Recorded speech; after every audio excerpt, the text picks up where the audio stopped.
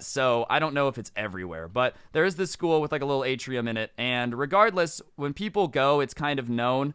It's been a tradition for a while, so like there's like a little name for it. At least there was at my school, so I'm assuming because this is very similar, that the story is the same.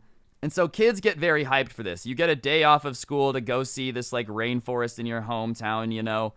Our school district in Las Vegas is broke. It's literally 51st in education. That's right, there's 50 states, and we still somehow manage to be 51st in education. So, we're not the sharpest tools in the shed, so it's not like we're going on field trips all the time. So it's a very big deal when you go on your field trip. And this takes place in 6th grade, which is when this person sent me this. And when you're in 6th grade, you're kind of in this weird phase where, you think that you're responsible enough to be an adult about everything, but, you're also still little enough where you really can't be an adult about everything. And that's not me trying to insult 6th graders, but I'm just being honest, y'all are still new to this independence thing, A month ago, you were in elementary school. Yeah, you're probably not as good at making adult decisions as people that have been practicing for a while.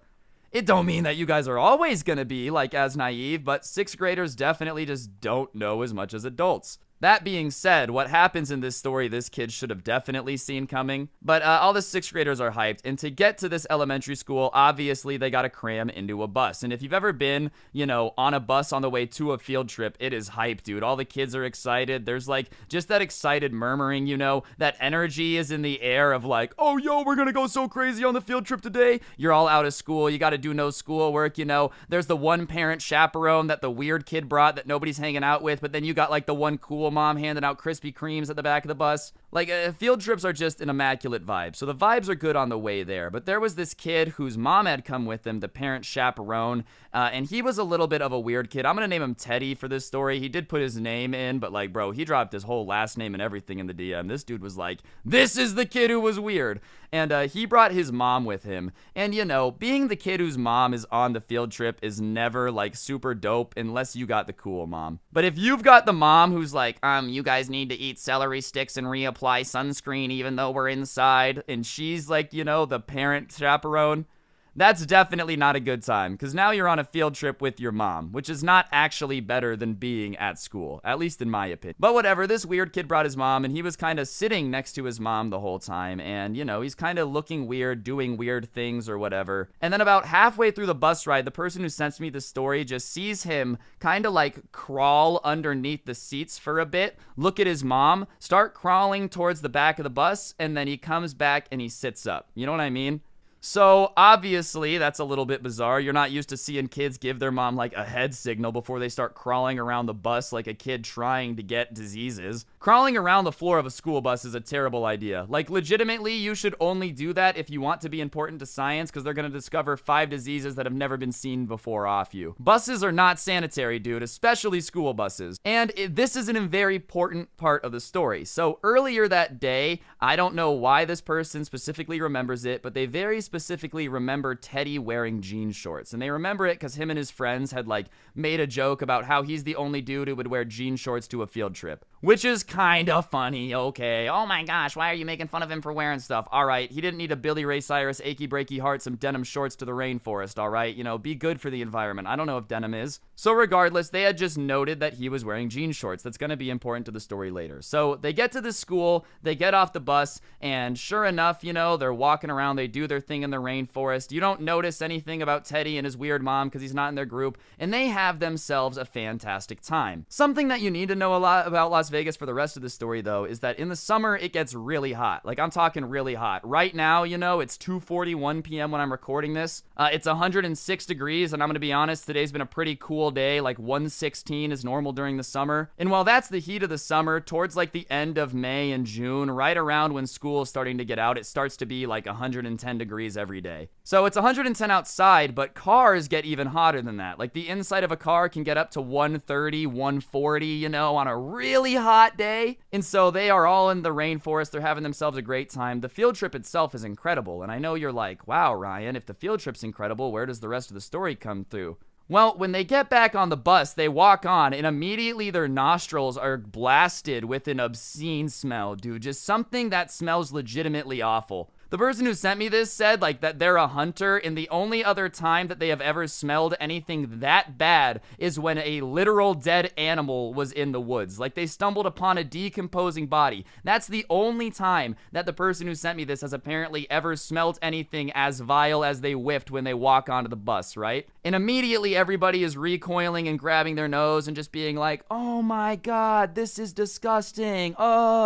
Anyways, guys, so obviously the entire group is like, oh my god, what's going on? And that's when somebody finds it. So all the kids have like got onto the bus, right? And somebody finds this pair of jean shorts that sure enough has Dookie on it, dude. Some straight up Dookie in the jean shorts, some Dookie denim, man. Levi 50 poop specials. I don't know, whatever you want to call them, but let me just tell you this. They smell bad and they look even worse. So obviously, the kid who noticed this earlier is like, oh my god, bro, Teddy straight up Dookied himself, man. And I'm not even kidding. The smell on this bus is so bad at this point that one of the chaperones has to leave and puke. Because you gotta remember, not only has this Dookie been sitting on the bus for 4 hours, which would already make it sound bad enough. Like, it would already smell bad enough if the Dookie was just chilling for a couple hours in the bus to stew. But it's 110 degrees, meaning that this poop has been cooking on these, Canadian tuxedo accessories right here for hours. It's just been baking into it. And listen, poop already smells bad enough, dude. But like,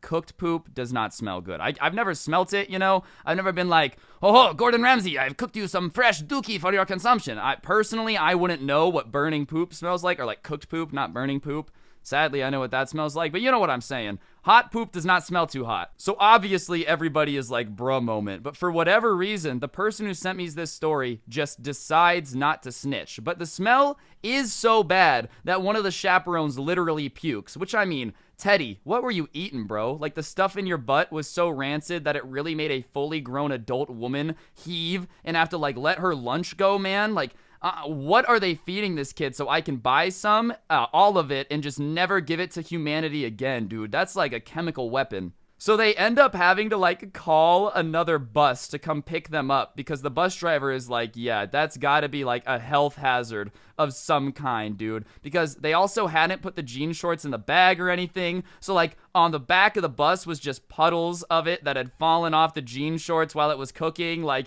they really had to order a whole new bus. And all I gotta say to Teddy is, regardless of your mom being weird, bro, that's only important because, I don't know, I just wanted to include your mom being weird. The fact that you probably told her that you had crapped your pants and were dropping them off back there is even weirder, man. Like, your mom's weird for sure, but like, y'all really just like crawled under the seats and left your poopy denim shorts back there like nobody was gonna notice. I really just can't comprehend that. He had a parent with him too, dude. Like, imagine you're just sitting on the bus, your kid, he's in 6th grade, and he looks at you and he goes, Mom, I just pooped. I'm gonna take off my pants, crawl under the seats to the back of the bus, leave my poopy pants back there. You're gonna bring a change of pants, which, like, why did she have a change of pants? Does he do this often? Is this not the first time that they've had to leave a trail of poop to make other people think that someone else pooped their pants? Because the thing is, nobody really put 2 and 2 together. All the kids were just so excited about the fact that somebody had pooped their pants that they didn't even think about that it was one of their classmates. And because the kid, Teddy, had changed shorts, like, he could always just be like, no, I don't know what you're talking about. You know what I mean?